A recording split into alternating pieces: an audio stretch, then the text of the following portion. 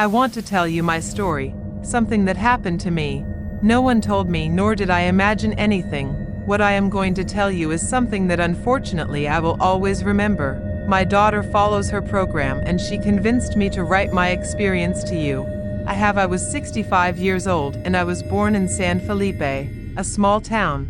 I grew up on a ranch on the outskirts of town. My grandmother and my brothers lived there with my parents. What I am telling you about happened when I was about 8 years old.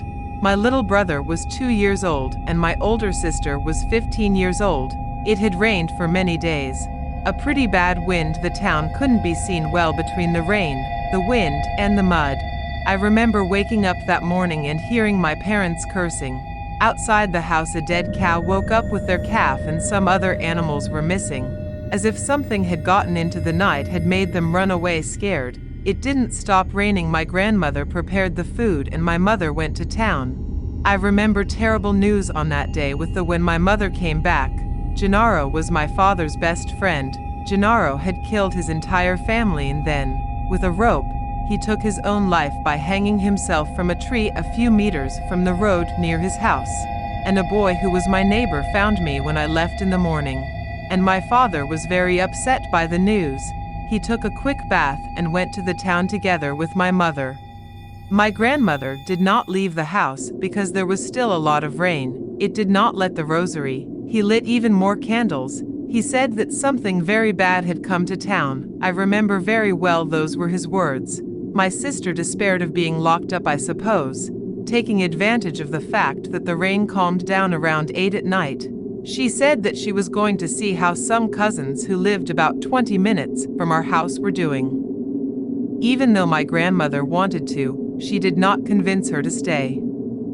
Shortly after, my younger brother became very ill. He began to cry and yell as if he was very scared, and his gaze was fixed on the ceiling and he did not react no matter how much we called him. My grandmother murmured something. I do not remember her exact words, but she went out the back door to look for some herbs to prepare tea for her.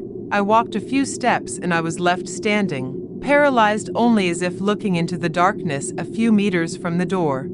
I remember that I heard a cry, as if she were crying among the sound of the wind that did not stop. My grandmother was already very old and I was being a girl, thought that if I wanted to help my brother I had to go for my older sister, catch up with her and go to the cousin's house so that they would take us to the town to look for my parents, or something like that. I grabbed the child and dressed him as I covered myself with a blanket and ran out a few meters from the house. A scream froze me. My blood froze. It's the most horrible scream I've ever heard. It came from the direction of my house, but as if it came from the ceiling. That confused me, and it made me even more anguished. I kept running, and I heard him approaching again. In that I heard my grandmother's voice yelling at me, begging me to come back. But I kept running, and I was very afraid to turn around. I ran as hard as I could with the child in my arms, but I heard my grandmother yell, "No," and with all her might. "Up, daughter, she's up in the tree, look up." At a huge pyral tree about 20 meters away, a horrible woman, standing between the branches watching herself, from white dress and eyes as black as her hair. I ran away like I had never done. Back to the house, my grandmother came out for me, to help me with the child. We closed everything. Moments later my grandmother began to pray and went looking for my sister, so that when she returned she wouldn't run into that thing on the road.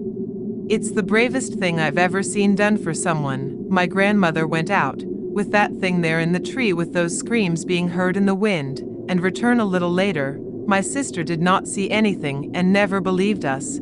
I fell asleep, and when I woke up my parents had already arrived. They did not believe us either, only my grandmother and I knew what we had seen, but something strange. My brother at the growing up, I remembered the woman in white in the tree before we told her what happened that day. Years later we came to San Antonio, Texas, and we never returned to the town.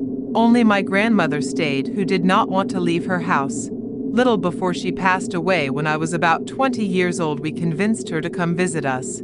On one occasion when I was alone, I asked her about that woman in white in the tree. She answered me with a mixture of fear and compassion.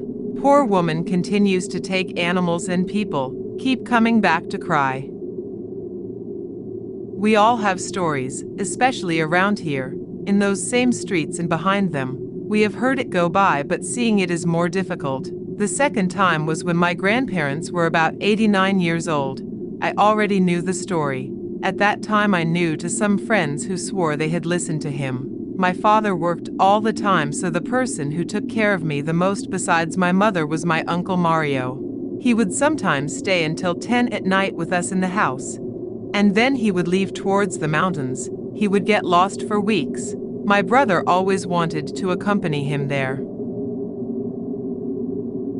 He would ask him, but they would not let him, although he himself said if they gave him permission my uncle would take him. And when my brother reached adolescence they let him go. He said that time they would go nearby, a walk of 2 or 3 days so that he could teach himself.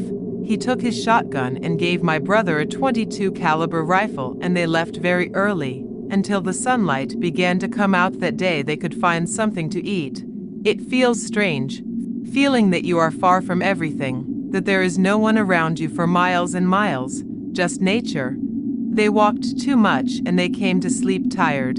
He stayed eating a little more and making coffee, singing. He kept singing. Despite how tired he was, he could hardly sleep.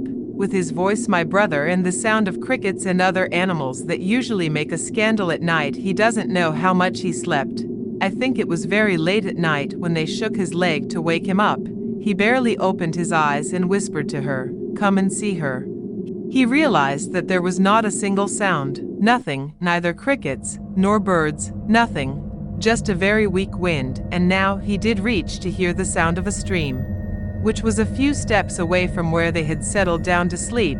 They walked almost crouched down, hid behind some bushes and stared at the stream. He was about to ask him what was happening, and as if he knew, he turned his gaze and said something to her that she did not hear, but she understood because she read her lips. Here she comes, and she did see her, floating like that, without feet, without walking on the stream. The woman in the white dress and her black hair. Without her face was seen floating, nothing more, and levitating. She felt all the blood in her head from fear, and her legs buckled when she fell to her knees, and as if they were calling her, turned towards us. Behind the bushes some hands came out, taking my brother by the back. It was my uncle who came out of the bushes and pulled him, took him to where they